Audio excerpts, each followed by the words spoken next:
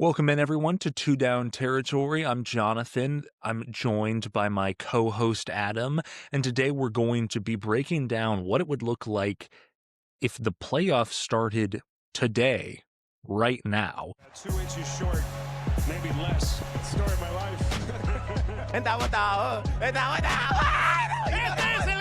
It's been a while since he's seen a hole that big. If you say he's a bust and you end up right, it's not because you're some genius. It's because you got lucky. How I feel, man? Tell me how I feel, El Freaky. We pray that these perk 30s would nourish us and allow us to throw the ball. They got to go get this bread. If you suck, you might as well suck with purpose. And so...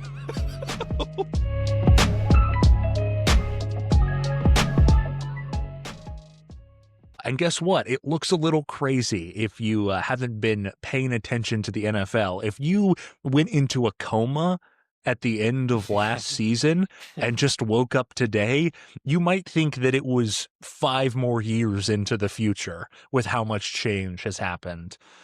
We're going to break it down for you. Yeah, absolutely. I think that the overall thing, just getting straight into it, that's weird about this year. It supports a narrative that I've been pushing a lot, which is that while I do obviously agree with the obvious fact that quarterback is the most important position within the NFL, I do truly believe, and this season has proved it, that you don't need an absolutely elite quarterback in order for you to have a really, really good season and to be a really, really good team. And I think that there are a lot of examples whenever we're looking at this that prove that, because especially within the AFC, but this whole entire, I guess you could say, era of football has really been defined by the elite quarterbacks within the NFL and how far those elite quarterbacks can take you. Well, that's what I was going to say, Adam. Is this more of a question? Because the inverse of what you were saying, because you're not wrong, but maybe the response to that is that there are more good quarterbacks in the league than we thought. Yeah, exactly. So that is the question. And what's interesting about it is what was it, the 2024, how the 2024 draft class has created parity within the NFL, right? I mean, just look at the top 2 teams in the conferences, the Patriots and the Bears. My goodness. Right. Then go to the AFC, you have the Broncos, right? Like those 3 quarterbacks are all from the same draft class. Maybe Jane Daniels jumped the gun, dare we say. Yeah, exactly. I mean, we both think that Jane Daniels has the potential to be elite. The fact of the matter is that this is a team with a better roster than last year, and they're sitting at 3-9 without Jane Daniels, and with him, they were in the NFC Championship. So let's just get the narrative straight. But my point is that even though, you could say, yes, well, quarterback, there's more parity when it comes to quarterback play. I also think it's not a coincidence that when you look at all these teams, the defenses and the offensive line specifically correlate directly to a winning record, and especially in these close divisional matchups. So I think that because of we've reached a point where, at least in this season, where defense and offensive line specifically has driven wins, that we now have this situation where, the Chiefs are sitting at 6-6. The Bills right now are the 7th seed within the AFC at 8-4. The Ravens technically at the 4th seed, but they have a 6-6 record as well. It's just a situation where it's like these generational elite quarterbacks are not able by themselves to overcome these teams that have really invested heavily in their defense, in their offensive line, and that's created a really, really wacky season. When we look at the rankings. I'd say that we get right into it. We'll start with the AFC. We're just going to list it off 1 through 7, give you the record, and kind of react to it. We've got the Patriots right now. They would be the number 1 seed with an 11-2 record currently. The Broncos would be the number 2 seed with a 10-2 record. The Jaguars at the 3 seed with an 8-4 record, and the Ravens at the 4 seed with a 6-6 record. Then we move on to the non-division winners, all of them with better records than the Ravens, that being the Chargers at 8-4, then the number 6 Colts at 8-4, and the number 7 Bills at 8-4. Yeah. Really weird, right? How do you, I mean, obviously the headliner here, my biggest riser pick heading into the season, the Patriots. We'll talk about your biggest riser in the NFC. Are we the greatest? We might be. Folks, stick around because we are just the smartest. Both of our biggest risers are currently leading their conferences. Mike Vrabel, my goodness, dog. Drake May, dog.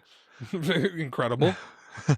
And then Christian Gonzalez, dog. I mean, you've just got some dogs on that team who are football players, football minds. It doesn't matter how weak their schedule is. They've won 10 straight games. They deserve to be the number 1 seed right now. I have almost the exact opposite reaction to the number 2 seed. I think that this team is... Adam, save me here because you're high on them. I don't want to... I am high on them. They proved me right in the to loosest the point. sense of the sense of the term. They proved me right in the worst way possible.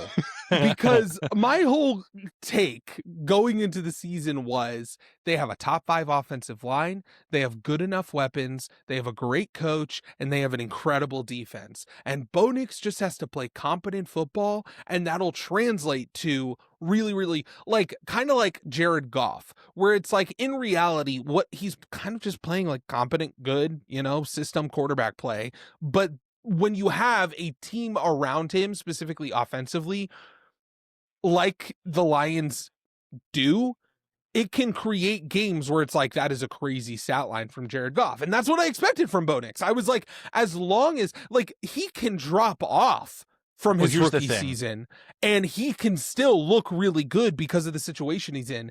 And yet he looks real bad, except for in very specific moments that make the difference in the game. And so it's not just frustrating because it's frustrating because there's just this untapped potential of this team could dominate if only their quarterback wouldn't have so many overthrows. You're gonna overthrows, yep. And don't take this as a defense of Bo Nix because it certainly isn't. But it does also need to be mentioned that the talent disparity, removing the quarterbacks between the comparison you just made of the Broncos and the Lions, cannot be overstated. True. I mean, there's just not a lot of weapons that the Broncos have, and yet their defense is just so good that it doesn't matter. We don't need to say anything more about the Broncos. We can move to the Jaguars. All of a sudden, in the blink of an eye, they're leading the AFC South, and they're the number 3 seed, built off the back of a man that you have been salivating over since the early offseason, Liam Cohen. The first 4 episodes of our podcast, I couldn't take his name out my mouth. You could. Dude, I love me some Liam Cohen. I think that he's an incredible coach. One thing I was thinking about this earlier today, obviously in terms of the strongest head coaches, if you were to categorize head coaches by their division, who would have the strongest division, if that makes sense? Obviously, number 1, it's the NFC West, right? You have Shanahan, you have McVay, you have McDonald. Number 2 is probably the AFC West with Andy Reid, Sean Payton, Pete Carroll, and John Harbaugh. Jim Harbaugh. Number 3 might be the AFC South. It's hard because the Titans literally don't have a head coach, but Liam Cohen saved Shane Steichen and DeMeco Ryans. Yeah. It's certainly potential's there. I mean, right. At minimum, one of the 3 out of that group is going to be a coach in the league for the next 15 years. That's, and yeah, I mean, you're not wrong in terms of young. They haven't really quite made a name for themselves yet as head coaches. That's the hipster football coaching division. The football Yeah. hipster coaching division is the AFC South. But to talk about the Jaguars, I know you have a lot of thoughts, so why don't you go ahead and tell me, what do you think about the Jaguars? My thoughts is that they really haven't even hit their potential yet. They've been overperforming True. defensively and underperforming offensively, and the fact that a Liam Cohen coached team is underperforming offensively should scare you if you're a opponent of the Jacksonville Jaguars. I don't know. What is the ceiling of this team? I don't know exactly, but I have a modicum of faith that with the coaching ability of Liam Cohen, combined with some of the weapons on that team, and the fact that Trevor Lawrence just objectively has latent potential. Like he's a fundamental good football talent. Yes. He just is. Like he's not one of the prototype SEC white guy quarterbacks that gets carried to a national championship game. Like he elevated beyond that. And so he has potential in this league. He's won a playoff game. I don't know. Look out for the Jaguars. It's the fact that they're doing what they're doing without their quarterback reaching anywhere close to what I think their potential is pretty ridiculous. Not only is their defense overperforming, but their run game, I think, is overperforming. What I mean by that is that when you look at the talent that they have, it feels like they're getting a lot more production than they should be. That is directly related to Liam Cohen. Liam Cohen has mastered angles when it comes to his play calling and his play design, specifically within the run game. One thing that I like to say is that Ben Johnson in the run game, it's all about numbers for him. It's all about creating advantages where you bring a guy, you motion a guy into the route or into the box and they become an extra blocker. He did that with Amon St. Brown all the time. You have the heavy tight end sets with Ben Johnson that creates advantages there. Basically, he says that if I can put more guys than you have where the ball is going, that's going to be a successful play for us. Liam Cohen does that similarly, but he uses angles more significantly within his scheme, and it's created huge advantages. And to give credit to their running back at Travis Etienne and Tootin, they've done an incredible job of finding the lanes, finding the gaps, understanding which way the defender is going to be facing based on the pre-snap work that Liam Cohen puts in to his offense, and then finding the lanes that they need to.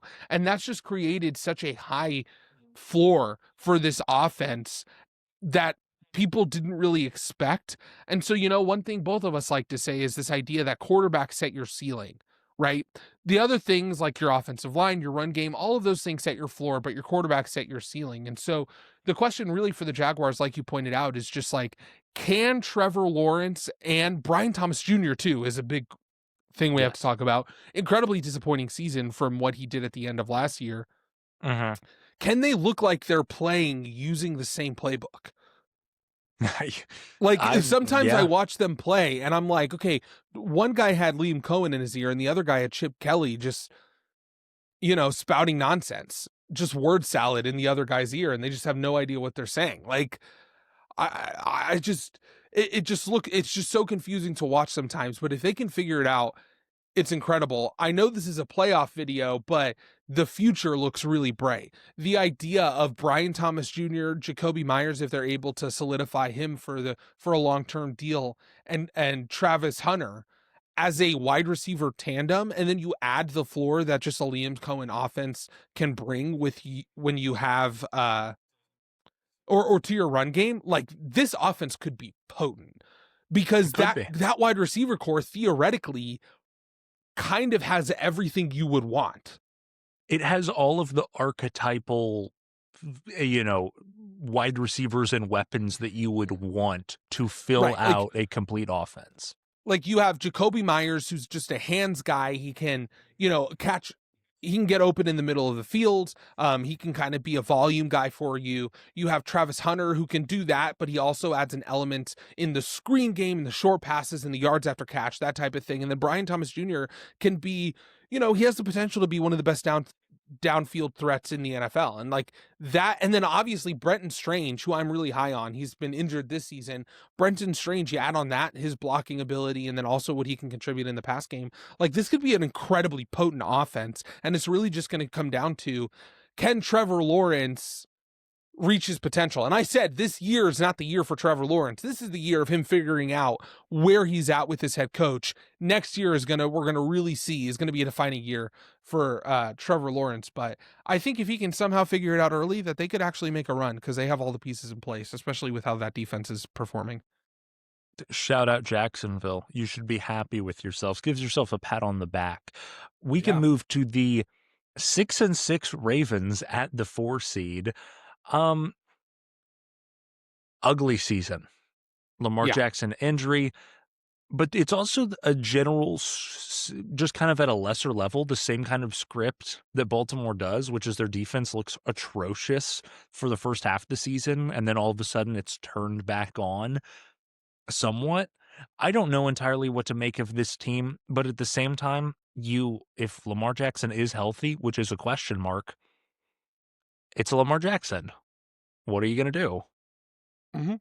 Yeah, no, it's really interesting. The whole AFC North is really interesting. I actually, listen, I'm not, again, I don't want to set myself up for failure. I don't think that the Bengals are going to make the playoffs. There is a kind of weird world where they could even lose to the Bills this week and still make it at 8-9, which would be really funny. It is possible. And I'm not even saying that as like to try to hype up the Bengals. I'm more saying that whoever wins this division easily could be 8-9. Yes, 100%. Like basically ugly the path.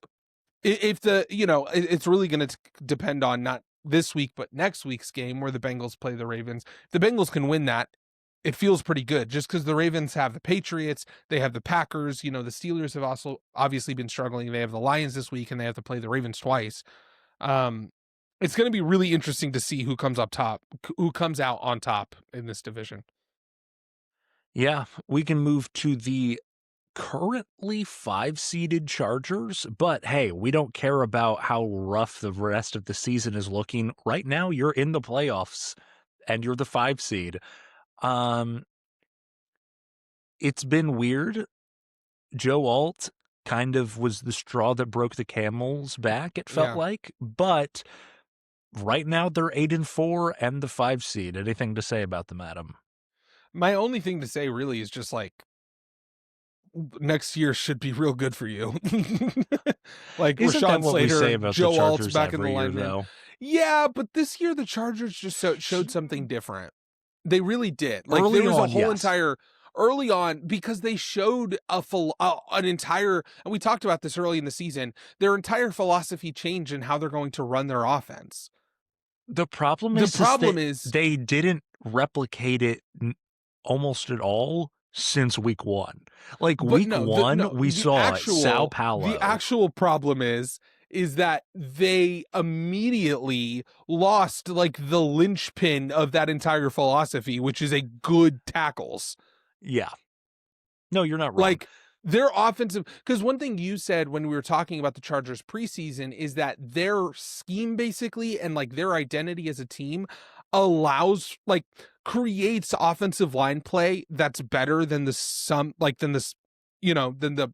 parts. Like better than the sum of its parts. Unit, right? The unit is better than the sum of their parts. That's not true with this new identity of like empowering Justin Herbert.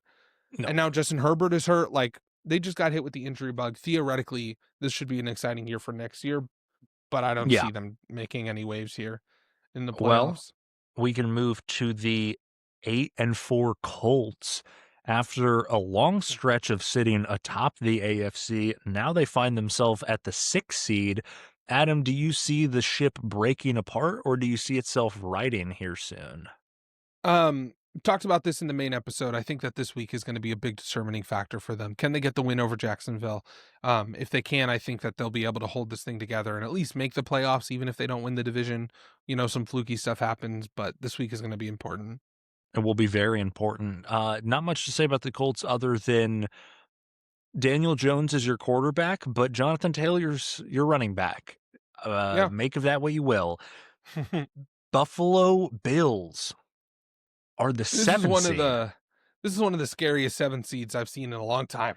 Horrifying. And in fact, we will get into it once we get to some quick playoff predictions, as if the playoffs started today. Yeah. Buffalo's currently sitting at a 7 seed. Do you see this team as a sneaky, you don't want to meet this team in the playoffs, even if they are on the road the whole time? Or do you think the ship is turning in the wrong direction? No, I think that this isn't even a sneaky team. Like, I think this is a legitimate team that just, they've For had a whatever lot reason. of injury problems. Like, they've struggled with the turnover battle. Like, I think they can turn it around in the playoffs. I feel good about them in a lot of these matchups. That's 1 through 7 in the AFC. Notice the lacking Chiefs. Mm-hmm. I'm sad. Stick it. Stick it. Big surprises here. Titans have been eliminated. Got to shout out the teams that have already been eliminated from playoff contention. Titans, Raiders, Cardinals, Saints, and Giants. Sorry, Shout out. You're going to have a lot of friends in that tier after this week, probably. You probably will. NFC 1 through 7, Adam. We've got the number 1 seed, the Chicago Bears. Yeah, dude. The Bears. The Bears at 9-3. We have the Rams at the 2 seed, 9-3. The Eagles at the 3 seed, 8-4. And the Bucks, where they always are, at the 4 seed. 4 seed, 7-5. 7-5. Classic Bucks. The Seahawks at the 5 seed, 9-3. The Packers, 6 seeded, 8-3-1. And the 7 seed 49ers at 9-4. We're about to play week 14 in the NFL, and the 1 seed in the playoffs right now has 9 wins. And the 7 seed in the playoffs has 9 wins. It's actually insane. I mean, I don't even know what to do with that fact. The NFC is shocking to me. The Bears. It really is. I mean, what do you make of the Bears? What do you make of the Eagles? What do you make of the Packers? What do you make of the 49ers? Over half of these teams I have major questions about. I have maybe more questions about the 1 seed than I do the 7 seed. Right. Adam, how do you think that Chicago should feel right now? Like, they're 9-3, but do you think that the feeling should be start getting high off your own supply, or do you think that there could be a train at the end of these tracks? I think that if you have set an expectation, I don't think that this start should change your expectations of the Bears. Weirdly enough, like, obviously I am pretty shocked that they have 9 wins at this point in the season, but weirdly enough, they've looked pretty similar to how I expected. It's more about the teams that they've beaten. Like, when you look at it and the teams that they've beaten, that's where I'm like, man, I can't believe that this is where this team is at in this season. The Bears, I don't know. Like, I feel like when I laid out how this season would go and what I think the season would look like, and really the future of the Bears in that, video we keep mentioning where we picked our biggest risers and fallers, this is kind of the season I expected, where Caleb Williams would look okay, right? Like, we're obviously he looks good. Like, don't get me wrong. Like, he has played good football. As you've said, overall. This is more of a deconstructive than a constructive season for Caleb Williams. Right. And so, again, this is another team where it's like, dude, next year could be scary. Like, another year inserting the system, right? A Caleb Williams development with Ben Johnson. It's one of those things where it's like, the more time, like, he needs more time with Ben Johnson than without Ben Johnson before we really start seeing his ceiling. Like, that's what I see from them. They also, again, it's tough though, because we've seen like turnover. Their defense creating as many turnovers as they are is not sustainable. And so that's why it's like hard to look at this team in a way that it's like, oh, they can really make a run. because that seems unsustainable. And then their quarterback is just such a big question mark related to what output you're going to get in the game. 100%. That's the Chicago Bears for you. The Rams, however, are looking both exactly where we thought they would be. They're a fantastic team. They're the 2 seed right now. Mhm. Uh, this doesn't matter because this video is about if the playoffs started today, but it probably in all likelihood will end up being the number 1 seed, but not I in would this imagine. reality. Nope. There's not much to say. Matthew Stafford is neck and neck with MVP for between him and Drake May, which is a wild thing to say. Old man versus a second-year quarterback. Yeah. Philadelphia Eagles, it's kind of just a flip-flop between teams of like, good, and then back to Yeah. Philadelphia is winning their division. They're the 3 seed. Playoffs start today, Adam. How are you feeling about them if the playoffs started right now? Um, they're just so matchup dependent. Like I feel like, because in the previous episode that we just filmed, but that's going to be released a few days ago when this is released. I talked Thanks about for how I don't see clarifying. the Eagles. Shut up. I don't really see the Eagles being like that legitimate. What I mean by that is not that I don't think they could make a run, because I think that the way that this playoff seeding is kind of panned out, like they have a really good, like there are certain matchups that I think favor them, Mhm. but like I just don't see them like going farther than the championship game. That's fair. The Buccaneers having a disappointing season? Yeah, I would say so. I think that injuries has obviously been a really big issue for them, Massive, and yeah. these next couple weeks are going to be really really important. But I just think that the Buccaneers, the hope is that they can, they'll start getting more and more healthy, and that's going to lead to kind of what we saw from Baker Mayfield at the beginning of this season. Yeah, I mean, the bake show's gonna bake, but Baker Mayfield, despite the dog in him, it's a little bit tough for him alone to carry a team to playoff success. If the playoffs started Yeah, today, I don't know exactly how I'd feel about them. The 5 seed, however, I feel great about. feel fantastic about. Yeah, The Seattle Seahawks. Seahawks at 9-3 was just one of the most fun football teams to have watched in a long, long time. Yeah. Both because of how good they are, and then you throw in the numinous force of Sam Darnold into a football team, and you're like, what could happen today? Yeah, no, absolutely. I think that their Will defense is Jackson Smith incredible. and Jigba catch every single ball, or Yeah. will the defense catch every single ball that Sam Darnold throws? No, absolutely. I think that the Seahawks are in a really good shape right now, even though they're second in the division and the 5th seed. Yeah, I mean, that's a scary 5 seed to play right It there. sure is. The 6 seed currently, the Green Bay Packers. Whoa, what do you do with them? Yeah. That tie, man. If only their defense could have played well in that one game. If only they could have won that one game, this season would look entirely different. Would they be the number 1 seed?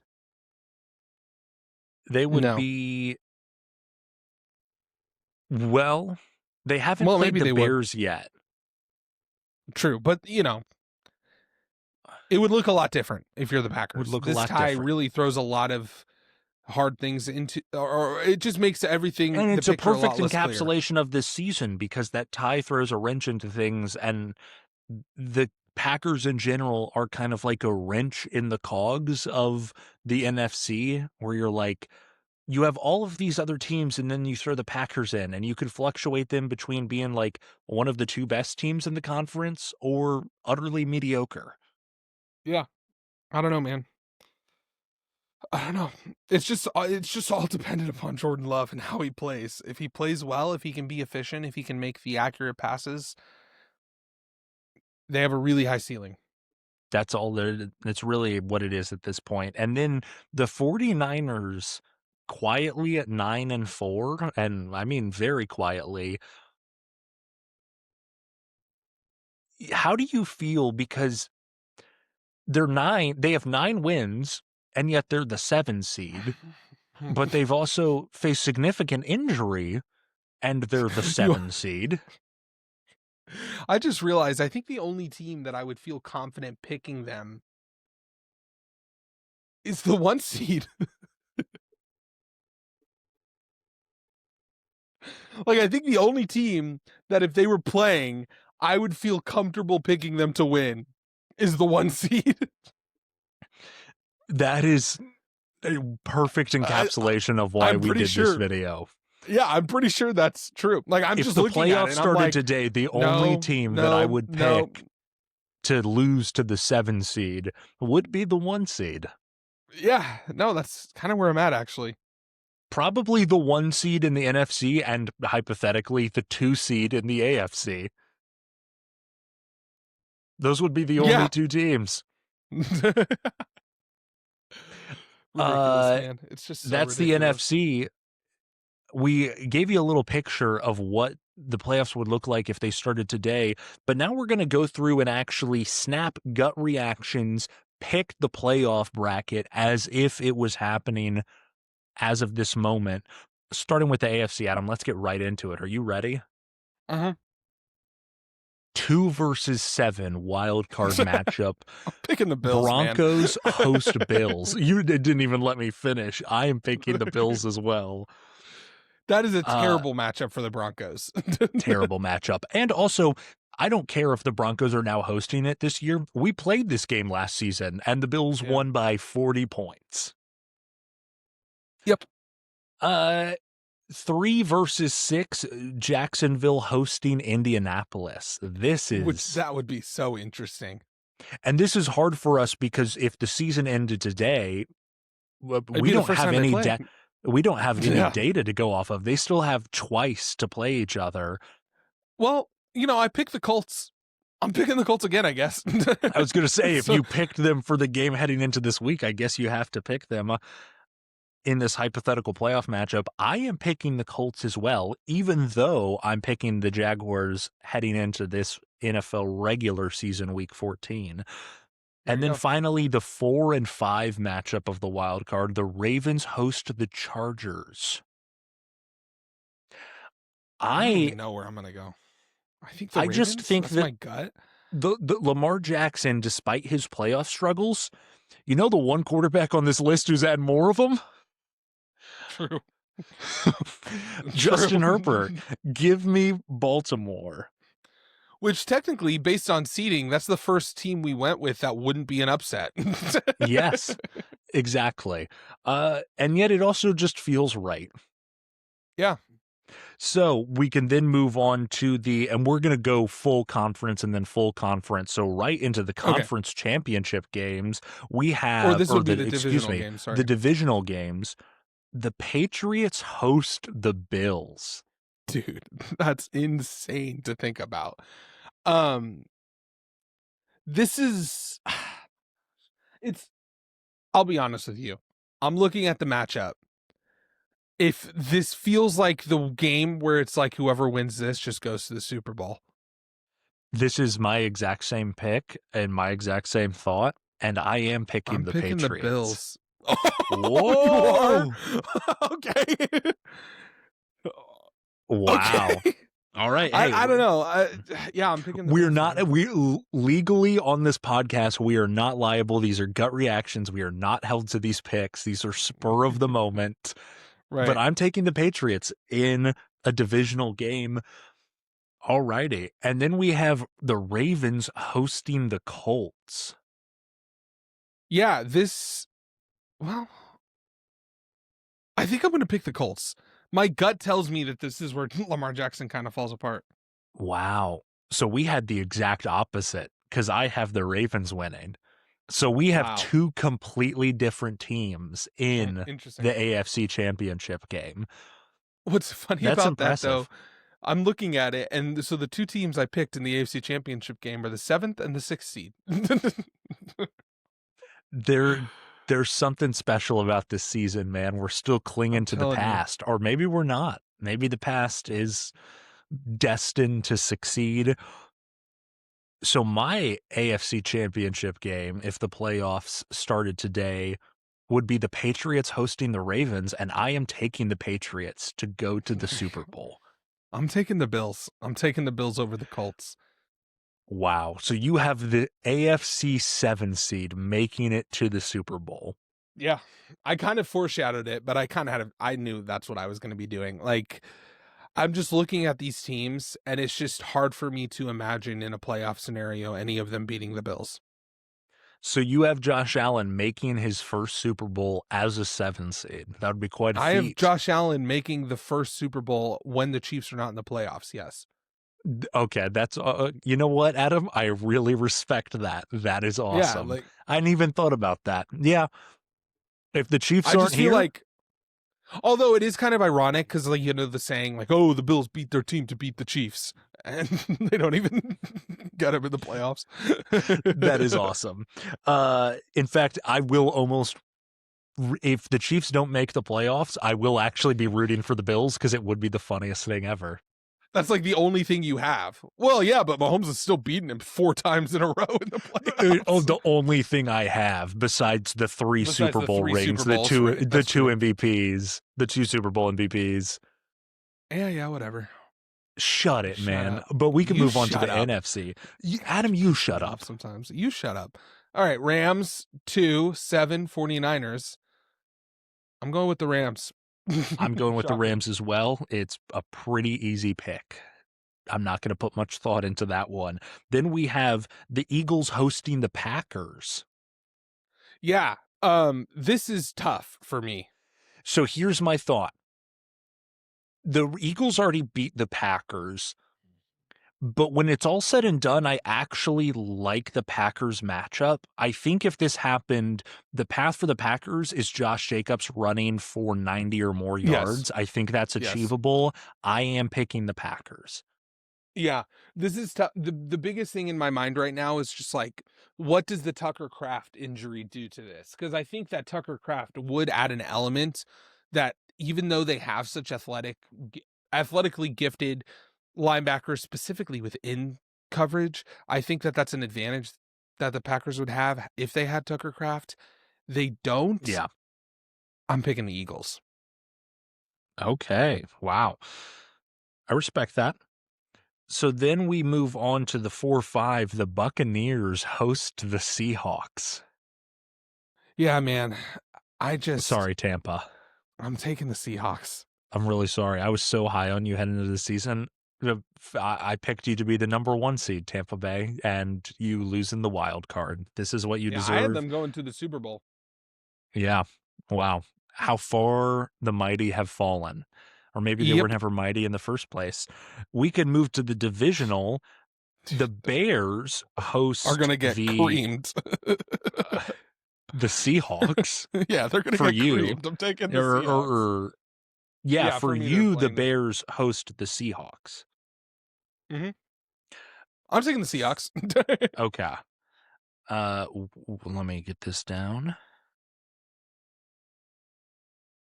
But wouldn't it be the same for you? Oh, no, because I have the Packers winning. So the Bears host the Packers, and the Packers win. I have the Packers beating the Bears, and then you have the Rams hosting the Eagles. Mm-hmm. Mm-hmm. I think the Rams win this game in the playoffs. Alrighty. I have the Rams hosting the Seahawks, which would be a pretty fantastic playoff game with Sean McVay versus Mike McDonald. I would take the Rams, though. So that means my NFC Championship game is Packers, or excuse me, Rams hosting Packers, and I am picking the Rams. Yours is the Rams hosting the Seahawks. Yeah. I think I'm going to pick the Seahawks. Whoa. Here's the thing. And like, I know in my head, I just keep saying like the Rams dominate Sam Darnold. Like, that's just how it's been. He's always had a bad game. I can't get out of my head the fact that Sam Darnold threw, what was it, 4? Or he had 4 turnovers? or Mhm. 3 turnovers. 4 turnovers. They lost by 2 points. And you think about this in a hypothetical world, if they met again in the playoffs, Mike Macdonald will have had 2 games of experience to study and prepare a defensive scheme. Yeah. And, you could say the same thing about Sean McVay. My gut tells me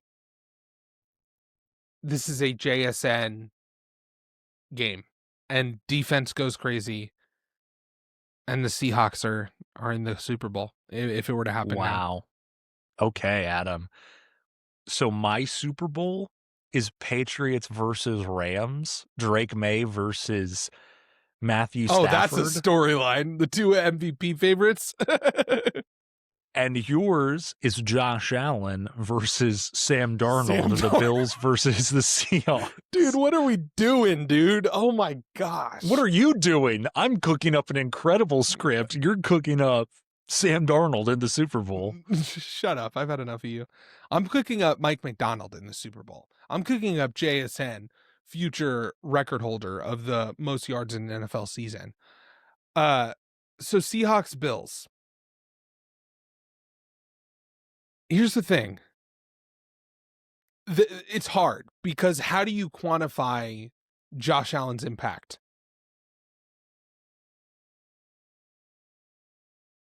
It's hard to don't quantify.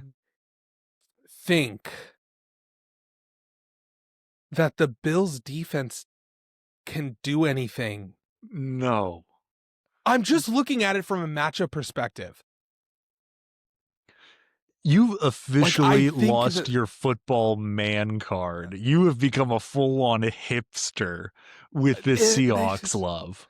Dude, no, again, there is a very clear path, and it's one of those things where it's like the Rams Seahawks matchup is harder, just because if you're able to pressure Sam Darnold, like that's where you're going to be able to create advantages. Outside of those situations, the Seahawks don't lose a lot of games.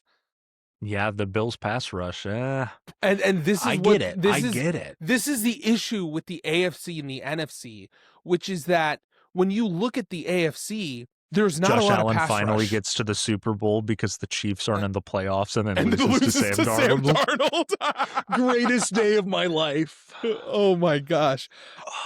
I don't want to do it because it just sounds so crazy. But if the Seahawks legitimately, and again, I'm going with my gut here, if the Seahawks beat the Rams in the NFC Championship, I don't think there's a team in the AFC they'd lose to. All right. If the playoffs were happening right now. Do the Bills have the pass rush that's going to really disrupt Sam Darnold in the way that teams have in the past that led to ineffective offense? Because when Sam Darnold has time, we're talking about generational numbers for JSN. We're talking about incredible efficiency for that offense, and that defense is nasty. If there is not a lot of defenses that I would trust more against Josh Allen than a Mike McDonald run feisty Seattle defense. Alrighty. Well, my Super Bowl is Drake May going against Matthew Stafford, Patriots versus Rams, and it's a bit of an easier pick. I'm picking Matthew Stafford to win his second Super Bowl. That's the move. And That's the move. so in a world in which the season ended today, the playoffs began, I think that the Rams would win the Super Bowl, and you think the Seahawks would win the Super Bowl. Hey, you were the one who said that this doesn't mean anything and we're just going by our gut. No. This is purely gut. I'm just saying, what are some takeaways? We both picked NFC teams to win the Super Bowl. That's interesting. We both, same division. You had a defensive-minded head coach. I had an offensive-minded head coach. I think I'm kind of at a point where I just don't see the AFC winning. If you look at the top of the teams, the AFC, I don't know. We'll see. Is the only team that can win it in the AFC the Chiefs, and they aren't even currently in the playoffs? That's the issue. I just don't. there isn't. I'll take that as a compliment. You know what? I will take that as a compliment. Like, basically what I'm saying is that this, when I'm looking at the slate of teams in the AFC, I'm looking at defenses that are just so disruptive against the quarterback. And the issue is that, I don't know, I just think that the Bills can handle the Broncos, but will have a lot of trouble against the Seahawks, just because, even though I'm a huge believer in that Broncos defense, like, there are just so many factors that like lead me to believe in so many advantages that it's like if I picked the Rams to beat the Seahawks in the conference championship, of course I would pick the Rams to beat the Bills. It's the same thing. Like, I just think that there are just too many advantages for these defenses specifically. Okay. That it's hard. Like, I think I would do the same thing even with the Eagles or the Packers in the NFC to beat any of these teams in the AFC in a Super Bowl. Alrighty. Well, folks, that's what would Really happen interesting. if the playoffs began today. Crazy seeding, some crazy picks. We'll see how similar this playoff picture looks when the actual playoffs start. But I think it's going to be so different. it might be drastically different. It could be shockingly similar to what it is right now, though. And so, with that, folks, hope you enjoyed the video. If you did, like, subscribe, comment, share it, lick it, go crazy on it. All right. We'll see you later, guys. Weird note to end on.